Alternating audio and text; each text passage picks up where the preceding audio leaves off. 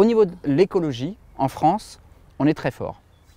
On a des très bonnes équipes, on a des équipes leaders, on fait des choses qui sont vraiment bonnes. Si on prend au prorata du nombre de chercheurs par rapport au nombre de publications, on est vraiment dans les meilleurs. Maintenant, l'écologie en général et la biologie de la conservation, qui est cette petite partie de l'écologie qui s'intéresse à la protection des espèces, elle est en manque chronique de finances et de postes, pas au niveau français, au niveau mondial. Il n'y a pas assez d'argent dans cette discipline. L'argent, en général, dans la science, va dans le biomédical, l'argent va dans tout ce qui est l'ingénierie, l'argent va dans la conquête de l'espace. Si on avait des petites miettes du budget de la conquête de l'espace, avec des équipements qui coûtent des milliards de dollars, pour la biologie de la conservation, on aurait des explosions de nos budgets et on pourrait faire beaucoup de choses.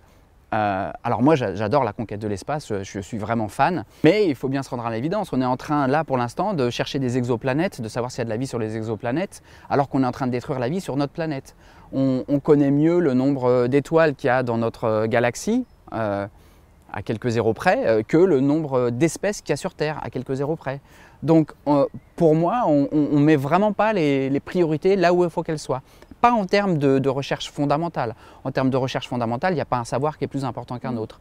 En termes d'urgence, là, il y a urgence à calmer le jeu, à éteindre le brasier dans lequel on vit. Il y a énormément de gens qui veulent rentrer au CNRS tous les ans, qui ont largement le niveau d'y rentrer, et je parle du CNRS, mais c'est d'autres instituts français sur le même modèle, ou d'universités, mais même s'ils ont le niveau, même s'ils ont les compétences, et même s'ils ont la motivation au cœur du ventre, et qui travaillent 70 heures par semaine, il n'y a pas assez de postes. Il n'y a pas assez de postes parce qu'il n'y a pas assez d'argent.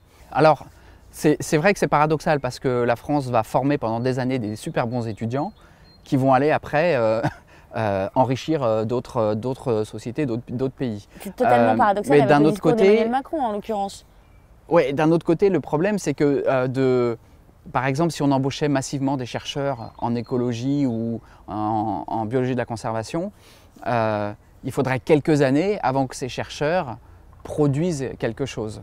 Et donc c'est un investissement à long terme. Et les politiciens, ils n'aiment pas l'investissement à long terme. De toute façon, la plupart des chercheurs sont des gens qui ont la chance de faire un métier de passion, un peu comme les pompiers ou les infirmières. On ne fait pas ce métier-là par hasard, on ne le fait pas pour la paye, certainement pas, comme les pompiers et les infirmières. Et on fait un métier qui est important pour l'humanité, comme les pompiers et les infirmières. Je pense que quoi qu'il arrive, on continuera, même si on nous coupe complètement tous les moyens, on continuera comme on peut, quoi.